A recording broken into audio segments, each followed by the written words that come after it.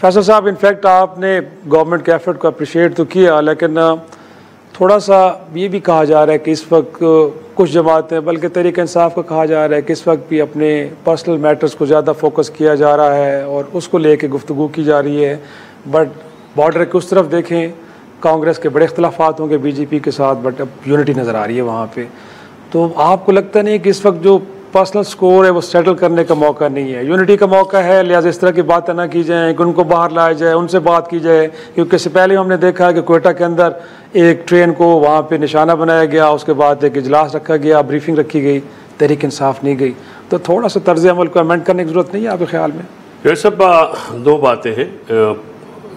शिकवा जो है वो जायज़ हो सकता है, लेकिन उसकी वजूहत है। जब आप बॉर्डर क्रॉस द बॉर्डर बात करते हैं तो पिछली दफ़ा उनका कांग्रेस का ये शिकायत था कि आपने अपोजिशन को ऑन बोर्ड नहीं लिया। अभी आप देखिए कि गवर्नमेंट की तरफ से अपोजिशन को ऑन बोर्ड नहीं लिया गया है। या तो लीडर ऑफ द अपोजिशन जो है उनको बुलाया जाता, उनके साथ बैठ के बात की जाती, और फिर कोई ऐसी बात हो तो फिर तो आपका गिला जायज़ बनता है। लेकिन ये एक फैक्ट है कि गवर्नमेंट के ऊपर ज़्यादा रिस्पॉन्सिबिलिटी होती है to develop a political consensus.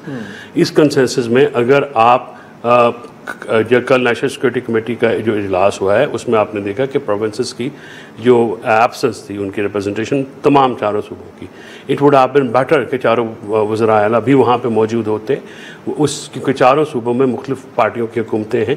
तो पंजाब तो थी वैसे मेरा ख्याल, उनको तो नहीं, वो भी नहीं थी। अच्छा, वो भी नहीं थी जो पिक्चर आई उसमें। अच्छा, उसमें नहीं थी। तो आई डोंट नो, तो अगर वो थी और बाकी नहीं तो ये ज़्यादा काबिल एतराज़ बात है। लेकिन ये टाइम नहीं है बात करने का। I totally agree with you कि इस वक्त सियासत का वक्त नहीं है। एक नेशनल रिक्वायरमेंट है। पाकिस्तान तो सबका है। We may not like the Caesar but we all love Rome more. Pakistan तो सबका है, इसमें कुछ तो हो सकता है किसी को कोई इख्लाफ हो या ना हो, पाकिस्तान के लिए तो सारे इकट्ठे हैं। एंड जो मैसेजेस हमारी तरफ से आए हैं आप उनको अप्रिशिएट कीजिए। इवन के उनकी फैमिली की तरफ से अलीमा खान ने भी कल पहलगाम में जो सिक्योरिटी लैप्स हुआ है उनको हाईलाइट किया है, और उन्होंने कहा है कि दैट इज़ द मोस्ट जो 7 लाख की फ़ौज है जो इंडियन ऑक्यूपाइड कश्मीर है, वो दुनिया का one of the if not the most militarise zone है, जहाँ पे 7/1 की रेशो है। इसके बावजूद इस किस्म का ऑपरेशन होना इट्स अलार्मिंग। हमारा जो जाफराबाद का एक्सीडेंट हुआ है वो तो बिल्कुल एक फार फ्लंग एरिया है, हमारी वहाँ पे प्रेजेंस ऐसी नहीं है। यहाँ पे होना तो it's more burden on the government, Indian government. उसके बाद अगर हम रिसेंट पास में देखें तो जो इंडिया का गुरपंत सिंह का वहाँ पे हुआ है केस अमेरिका में, शायद प्राइम मिनिस्टर मोदी वाहिद प्राइम मिनिस्टर हैं जिनको टेररिस्ट डिक्लेयर करके उनका वीज़ा जो है वो भी कैंसिल किया गया। वहाँ पे वेस्टर्न कोर्ट्स में, कनाडा में और अमेरिका में इंडियंस के ख़िलाफ़ जो है वहाँ पे केसेस पेंडिंग है। इंडियन रॉ जो है it's been accuse for intrastate terrorism. तो ऐसी सूरत में जो मुझे एक महसूस ये होता है कि हमें जो मीडिया रिटॉरिक्स हैं उनके वो ज़्यादा वो उनकी रीच है और वो कर रहे हैं। तो हमें भी ज़रूरत है कि हमें अपने मीडिया को और की रीच को बढ़ाना चाहिए ताकि आउटरीच हो। वेस्टर्न बॉर्डर के ऊपर हमारी आवाज़ जो है उस तरह से वहाँ पे नहीं पहुँचती। इंडियन लॉबी जो है वो वाशिंगटन में भी काफ़ी इम्प्रेस कर गई है। देखते हैं कि उनके चाहे वाइस प्रेसिडेंट हो, चाहे उनके जो CIA के हेड हो, नेशनल सिक्योरिटी के, तो दे आर और इंडियन ओरिजिन्स, और या उनकी इंडिया के साथ कोई जो है वो टाइज है, जब सारे सौरे थे इन्हें। तो ये अब एक बात वहीं से कम से कम है। तो ये है कि ये चीज़ we have to take it. लेकिन हमारे पास बहुत मवाद है। मैं इसलिए बार बार ये कह रहा हूँ कि once we start the trial spying, उससे इंटरनेशनल वर्ल्ड में एक मैसेज आना शुरू हो जाएगा कि जी हमने बंदा पकड़ा हुआ है, ये हमारे पास एविडेंस है। और कोर्ट ऑफ लॉ और जो ट्रायल होता है जो फिर उसको पूरा इंटरनेशनल मीडिया आना चाहिए। इस वक्त इंटरनेशनल मीडिया को पाकिस्तान में आने की पूरी इजाज़त दे, और हमारी जो ISPR है और हमारे जो इंफॉर्मेशन मिनिस्ट्री है, they must invite international facilitate करें, आप आएँ वहाँ पे देखें क्या है।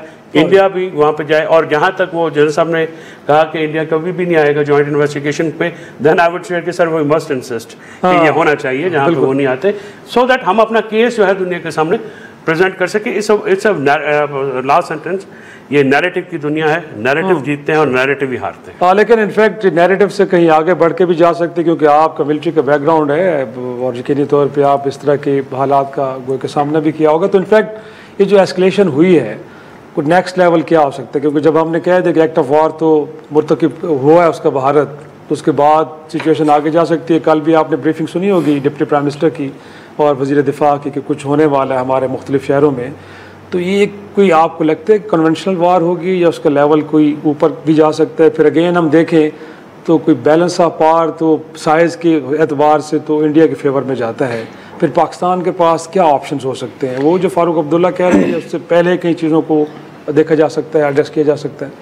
देखिए शराजी साहब, पाकिस्तान ने कल जब स्टेटमेंट में ये डिक्लेयर कर दिया कि वाटर जो है वो that is our national vital interest. जी, नेशनल वाइटल इंटरेस्ट की इम्प्लीकेशन ये है कि इसको बचाने के लिए, इसकी हिफाजत के लिए, इसको प्रोटेक्ट करने के लिए we will use all available resources at the disposal of state which includes nuclear. This is a dangerous thing. तो पाकिस्तान ने अपनी रेड लाइन बता दी है कि पानी हमारी रेड लाइन। देखिए 25 करोड़ आवाम आप या प्यास से मार लें या फिर लड़के मार लें, तो बेहतर है कि शायद लड़के आप अपना पानी ले लेंगे। तो पाकिस्तान ने अपनी रेड लाइन दे दी है। It nothing is grey in from Pakistan side. Grey में भी कोई चीज नहीं छोड़ी, बिल्कुल क्लियर सामने उन्होंने पिक्चर दे दिया। That is the extent. अब होगा क्या या किस तरीके से, देखिए वो इसको लोग कहते हैं जी काइनेटिक एप्लीकेशन। काइनेटिक तो हम ऑलरेडी विक्टिम हो चुके हैं उसकी प्रॉक्सीज का। ये जो BLA, बीहरे, फितना अल खवारिज, ये जो जाफर एक्सप्रेस, दारुल उलूम, हकानिया, आप रोजाना फिर पंजाबियों को उतार के बसों से मार रहे, तो ये काइनेटिक एप्लीकेशन तो इंडिया की हुई है। वो तो आपको मार रहा है, आप ही नहीं कर रहे थे ना। आपने चले जी, आपने रिस्पॉन्सिबल स्टेट रहे हो गए, हम रिस्पॉन्सिबल स्टेट भी हैं, हम ब्रदर्स भी हैं। अफगानिस्तान के मामले में हम इमोशनल लोग हैं शराजी साहब। टाइम हैज कम कि पाकिस्तान ने इंटरनेशनल जो रिलेशनशिप है 2+2 4 की बिल्कुल क्लियर आपने सामने रखना है। ना 5 करेंगे ना 3 करेंगे तो आपको कमिटी ऑफ नेशन में people will take you serious. Nuclear हो जाने से आपको सीरियस उस वक्त लेंगे जब तक कौम का मजाज, कौम का एटीट्यूड, कौम की लीडरशिप का एटीट्यूड आप दुनिया को बताएंगे कि नहीं वी मीन इट। अब बालाकोट एक जबरदस्त एक इवेंट हुआ, अनफॉर्चुनेट इवेंट भारत से। उसका एडवांटेज सबसे बड़ा ये था कि हमने दुनिया को बताया कि पाकिस्तान हैज द कैपेबिलिटी। वो हमेशा ये सोचते थे ये आएंगे नहीं जी। अच्छा, पाकिस्तान को एडवाइजेस भी बड़ी अच्छी देते हैं जी हमारे इंटरनेशनल मुल्क जो है ना। वो लोग फोन करते हैं, कभी चीफ को फोन करेंगे, किसी को करेंगे कि यार आपने कर तो लिया, यू आर रिस्पॉन्सिबल, आप बड़े अच्छे लोग हैं, वो तो हैं ऐसे, तो आप डीएस्केलेट करें। और यहां तक बालाकोट में पाकिस्तान ने न सिर्फ अपनी कैपेबिलिटी, न सिर्फ अपनी capacity, but most important was अपनी विल शो की कि हम रिएक्ट कर सकते हैं और हमने किया है। यही अब भी होगा, अब इससे भी ज्यादा स्ट्रांग होगा। तो जब विल कौम की किसी की आ जाए या नेशन की आ जाए तो फिर इट हैज अ मीनिंग।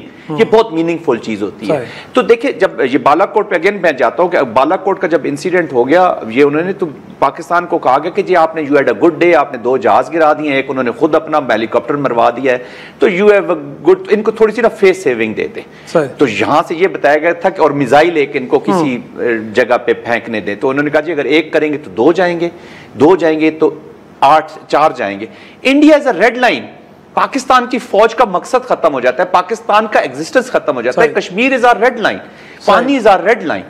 तो ये सामने एस्केलेशन लिमिटेड भी हो सकती है, कश्मीर के अंदर भी कर सकता है, कुछ अक्रॉस फायर भी कर सकते हैं, वो कर सकते हैं। With Modi anything is expected. Most important thing ये है कि मैं बसीयत मिलिट्री मैन, मैं कभी भी उसकी इंटेंशंस को जज या रीड करने की जहमत भी नहीं करूंगा। मैं उसकी कैपेसिटी कैपेबिलिटी देखूंगा और अपना रिस्पॉन्स माउंट करूंगा, which Pakistan has the capacity and capability. क्योंकि एपिसोड के लास्ट मोमेंट्स हैं तो मैं चाह रहा हूँ कि ये जो नेशन की विल की बात कर रहे हैं उसमें यूनिटी लाना ताकि दुनिया भी हमें सीरियसली ले।